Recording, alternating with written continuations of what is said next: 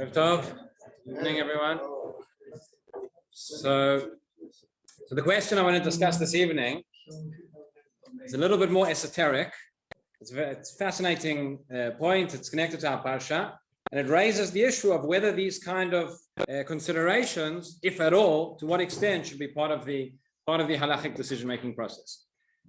So we all know the story. Moshe Rabbeinu, he's a baby. He's not Rabbeinu yet.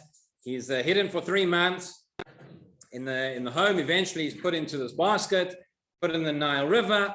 The daughter of Paro comes and saves him. And the Torah tells us that they tried to find this baby. They tried to find a wet nurse, somebody who could feed him, and he wouldn't feed from anybody. And HaKadosh Baruch Hu arranged it that even though Moshe Rabbeinu was growing up in the palace, nonetheless, his mother is still coming and to feed him as a baby and to raise him in that way. And the Midrash tells us why. It says because Moshe Rabbeinu peh she'atid ledaber mashchina. This is the mouth that ultimately he's going to be a prophet, not just any prophet, the greatest of all prophets.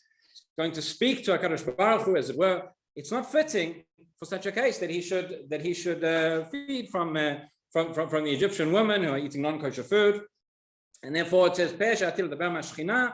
So he was fed. They had to have a Jewish witness. What's fascinating is that this idea is brought in halacha.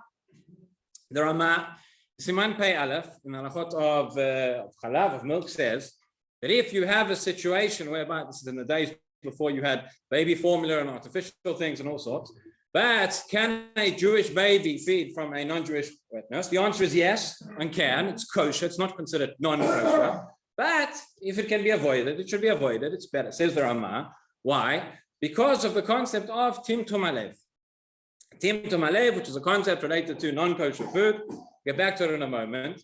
But just, the fact that the Rama brings this and he quotes it based on a Rashba, the Vilna Gaon and others say, where did the Rama learn this halacha from? He learned it from Moshe Rabbeinu. And the obvious question is, wait a minute, Moshe Rabbeinu, the Gemara said, the Midrash says, why was it different over there? Because it's peh she'atid ledaber mashchina.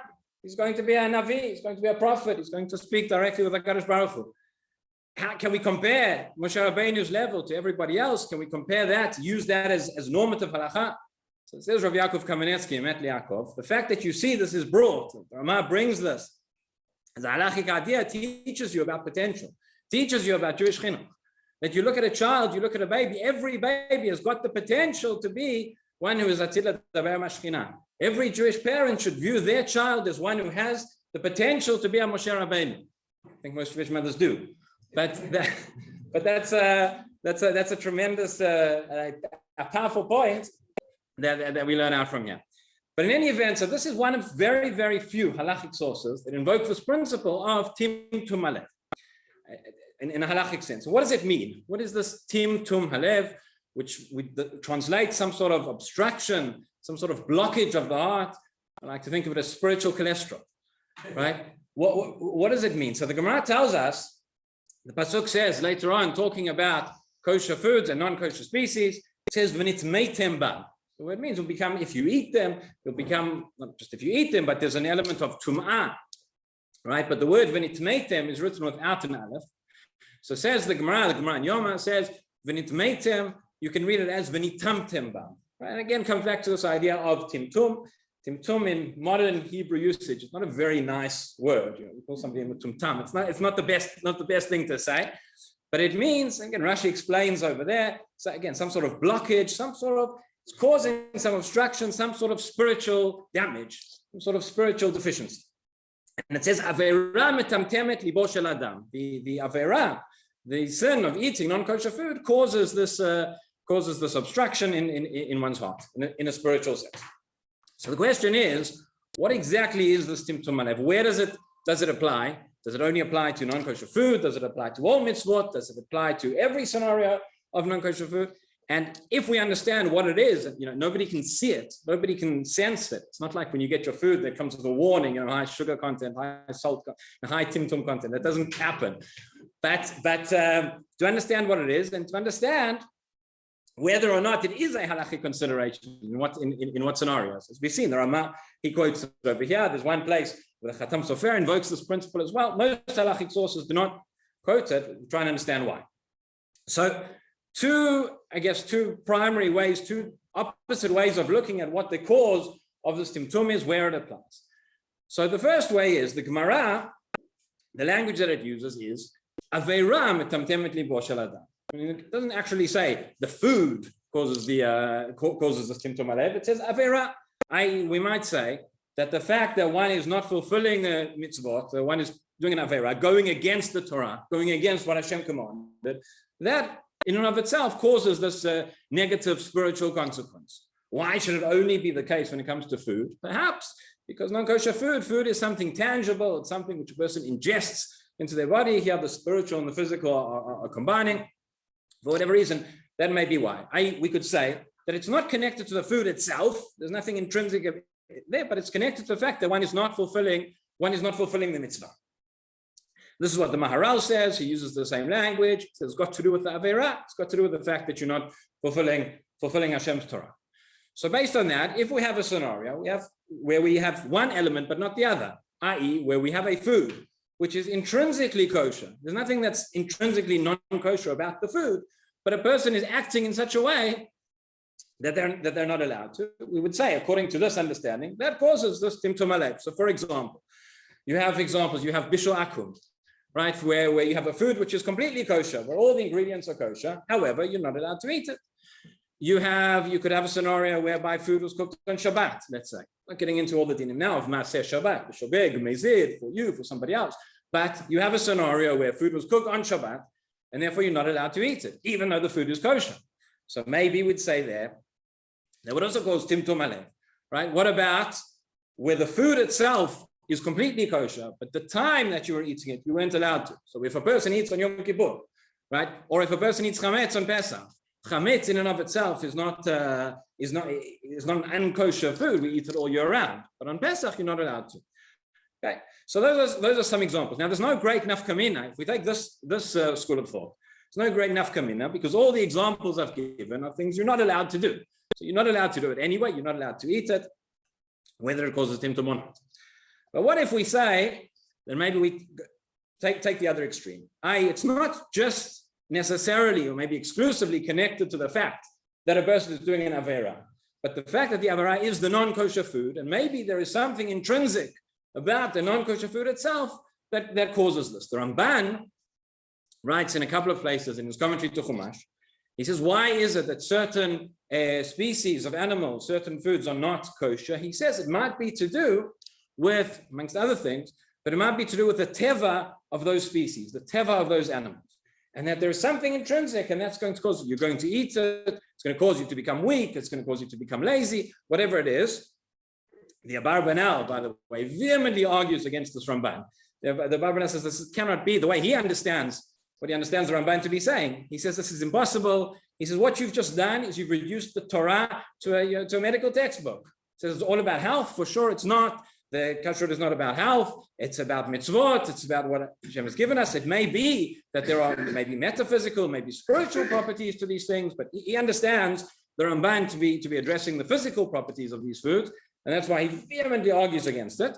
Truth is that if you look at the Ramban in a number of other places, also in his commentary to Chumash, so in other places it's mashma that he's not talking about something physical, he's talking about something spiritual as well. So there may not be such a machloket between the two of them in any event. But let's take, if we have the scenarios, therefore, where the food itself is not kosher, but you're allowed to eat it. A number of scenarios where this might come up. One is pikuach nefesh. Right? Pikuach nefesh, a person is in a scenario they need to eat. The only food that's available, or the only food that they can have for health reasons, whatever it may be, is something that's non-kosher.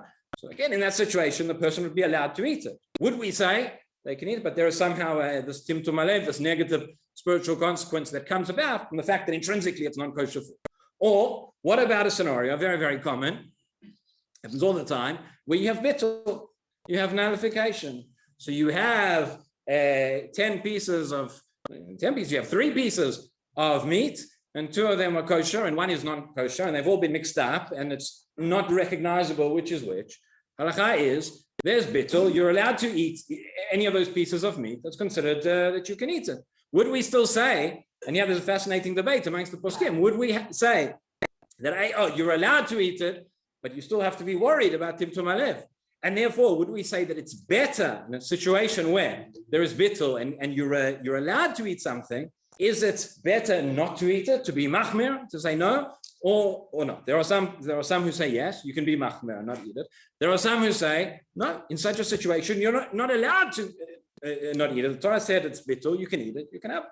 So that would depend on whether we say that the Timtum Halev comes from the food or come from the Issur. The truth is, and there are a number of indications of this, that it's probably something in between, probably somewhere together. I would say it's not necessarily anything about the food itself, but once the food is, once HaKadosh Baruch Hu said, you cannot eat this food, once it became an Issur, so then it becomes something intrinsic, i.e. the fact that you can't eat the food, the fact that you're doing something you're not meant to, those 2 things together, that seems to be the greatest idea, the greatest expression of this Timtum Halev, right? The Ben Ish Chai has one tshuva where he writes, he says, if somebody's eating something, again, we're not talking about a scenario where you should have checked out if it was kosher and you didn't, and it's your negligence, you ate something, but you checked something out and it was kosher, it had the stamp on, it had everything.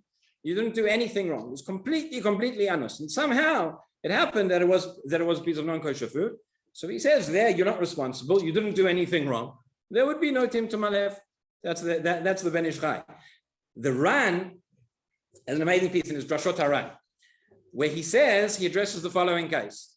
Let's say the Sanhedrin ruled that a piece of meat was kosher, right? And actually it wasn't. But the Sanhedrin said that it was. So people went and ate it, and they were doing the right thing because the psak was, so you have to listen to what the Sanhedrin told you. Turned out they made a mistake. So he says, what about Timtum Halev in such a case? Says the Ran, you don't have to worry about Timtum Halev. You don't have to worry about it because the merit of listening to the Torah and the sages is enough. Now, 2 ways you could understand that. You can understand him to be saying, like we just said, there's no Timtum Halev because it's only when you do the wrong thing. It's not something intrinsic in the food. Or that's one way. Or you could understand him to saying, actually, no, the Timtum Halev exists. This negative spiritual consequence exists intrinsically in the food, which is non-kosher. However, in a scenario where you did what you were supposed to do, right? There's a positive effect which outweighs that, the positive effect of listening to what the Sanhedrin said, and therefore that will outweigh whatever Timtum may or may not have arisen as a result of such a case. So where does that leave us? What's the bottom line? What's the nafkamina l'halacha? I think what we can say is like this. Meaning at the end of the day, like I said, you're never going to be able to measure, right, the amount of timtum in any given food. But the point is this, that is there something we should be concerned about? Is there a negative spiritual consequence of eating non-kosher? The answer is yes. But to what extent? We have the halachic system, we have halachic guidance, we have the psak that we have to follow. It's not that a person should go and should be seeking out to beyond what the halakha says and what the Shulchan Aruch says and what the psak is. Over and above beyond that, I'm going to go and I'm going to search, I'm going to look for this idea of Timtum Halev. I mean, I think what the Ran is telling us, that within the halachic framework, within what is kosher and what is not, that is our measure of how much it should be affecting us. And therefore, by following the rules and following the halachic system as to what is kosher and what isn't, that's the way that we can avoid this Timtum and these negative spiritual consequences. Rabbi Kenigsberg ben Akasha אומר, HaKadosh Baruch Hu לזכות את ישראל לפיכך ובלמתו המצוות, 12 מצוות צדקו